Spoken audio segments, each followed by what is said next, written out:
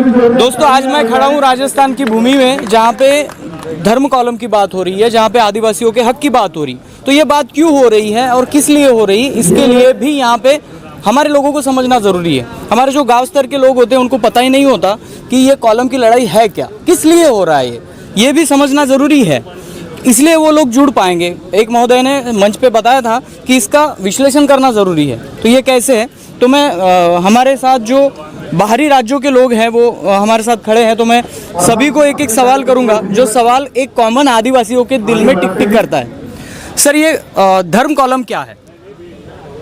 धर्म कॉलम जितने भी धर्म है, हाँ, उस धर्म में आदिवासी है ही नहीं। हाँ, तो इसके लिए कॉलम जरूरी है। इसके लिए कॉलम जरूरी है। और हाँ। कॉलम हमारा कोई नया डिमांड नहीं है।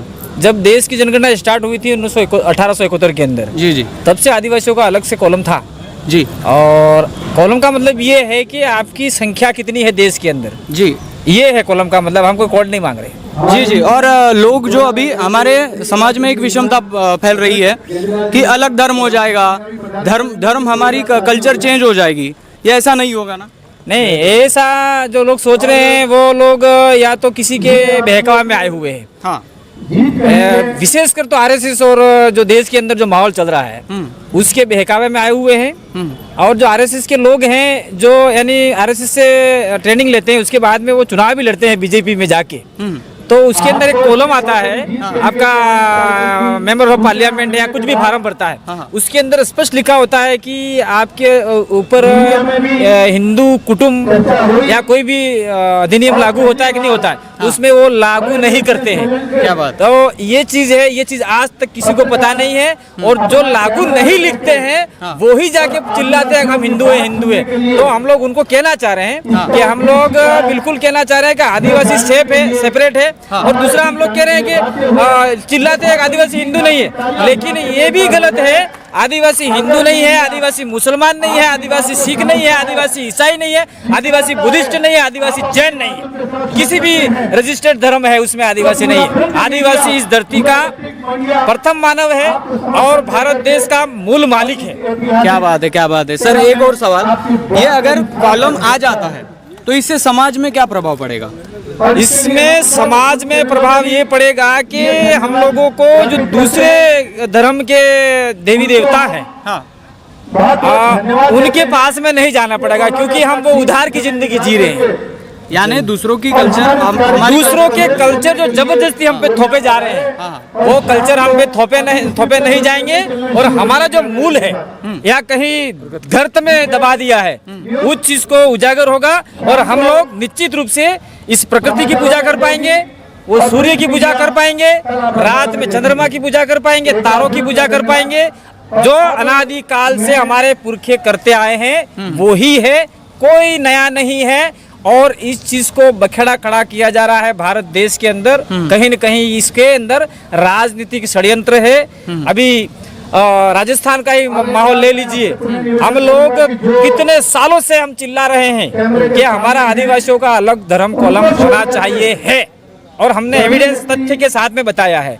लेकिन अभी वर्तमान में हो सकता है कि राजस्थान की सरकार में जो विधायक बोल गए कि हम हिंदू नहीं है, वो कांग्रेस सरकार के बोले हैं, उसका हम समर्थन नहीं करते, लेकिन जो आदिवासी लीडर बोला है उसका हम जरूर समर्थन करते हैं। क्या बात है, इस बात पे तो बहुत बनता है। सर आरएसएस के द्वारा आदिवासियों को वनवासी कहा जा रहा है जगह जगह पे, इसके बारे में आप क्या कहेंगे?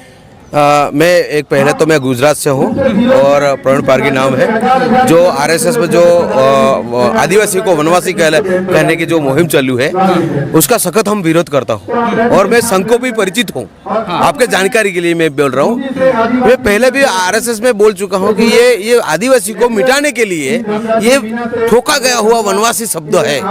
बारी बारी मैं भी इस संघ के अंदर होते हुए भी विरोध किया है, तब जाके थोड़े थोड़े दूर हटते हैं कि नहीं, जो आदिवासी ही वनवासी शब्द एक्सेप्ट नहीं करते हैं, तो ये नहीं लगना चाहिए। वो भी अब जान गए हैं कि आदिवासी जागरूक हो रहे हैं, और हाँ बिल्कुल यही है, इसीलिए वो संघ भी थोड़ा ऐसे ऐसे छोड़ रहा है कि आदिवासी जाग उठा है। क्या बात है, एक बहुत अच्छी बात आपने कही है। मरकम जी आप भी यहाँ पे हैं, तो अगर सभी यहाँ के इंडिया में 700 से अधिक जातियाँ हैं, तो इन सभी जातियों को एक जगह लाना है तो हमें ये भी सोचना पड़ता है कि अपनी जो कल्चर के दायरे उसको थोड़ा सा छोड़ के बड़ा करके हम आ सकते हैं। तो आप क्या कहेंगे कि सभी अगर जनजातियों को एक जगह लाना है, एक मुहिम चलानी है, तो समाज को कैसे काम करना पड़ेगा? ये इसी के लिए है, जो धर्म कालम की जो मांग हो रही है इसी चीज के लिए है, क्योंकि ये बहुत विस्तृत मसला है। ये सिर्फ भारत ही का नहीं है, ये पूरी दुनिया के लिए जरूरी है। आज दुनिया के हर धर्म, हिंदू, मुस्लिम, सिख, ईसाई आपस में लड़ मर रहे हैं। ऐसी गति रहे, इनका ऐसी शिक्षा रहे, इनके बड़े बड़े जो धर्म अपने आप को इतने ही महान बनाते रहे, तो ये आपस में काट कुटा के अपने आप को खत्म करेंगे, तो मानवता खत्म होने वाली है। धर्म भ्रष्ट हो गए हैं, उनको बचाने के लिए, एक सही दिशा देने के लिए आदिवासी कालम जरूरी है। जी जी, हमारी इस प्रकृति को बचाने के लिए, इस पूरी दुनिया को बचाने के लिए जरूरी है। आज धर्म में कोई भी धर्म हो, बड़े बड़े बाबा बन रहे हैं, पूरा बहुराष्ट्रीय चंगुल कंपनियों के चंगुल में फंस गए हैं। उनमें धर्म नाम का धर्म जिस कारण से उदय हुआ था, उसकी मूल भावनाओं से वो हट चुके हैं। इस कारण उन सबको बचाने, पृथ्वी को बचाने के लिए, प्रकृति को बचाने के लिए, धरती को बचाने के लिए, पर्यावरण को खत्म करने के, प्रदूषण को खत्म करने के लिए आदिवासी धर्म जरूरी है। ये पूरी मानवता के लिए है।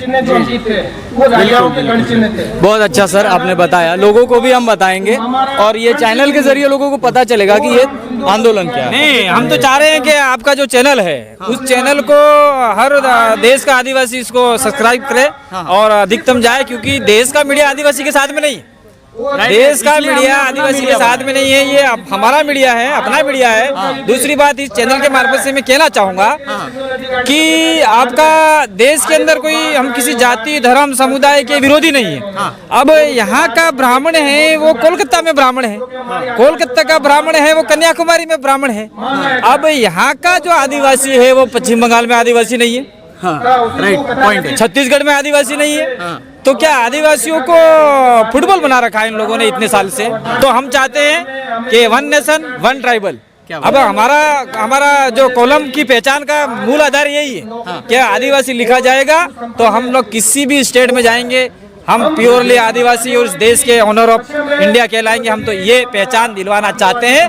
और ये जो सेमिनार रखा गया है, इस सेमिनार से जो बुद्धिजीवी लोग हैं, जो कहीं न कहीं अधिकतम पढ़ लिख कर और जो पढ़ लिख कर यानी गुमराह हो चुके थे कहीं न कहीं, क्योंकि वो जितना पढ़ा लिखा आदमी होगा उतना उन शास्त्रों में चला गया था, जो शास्त्र किसी आदिवासी ने नहीं लिखा है।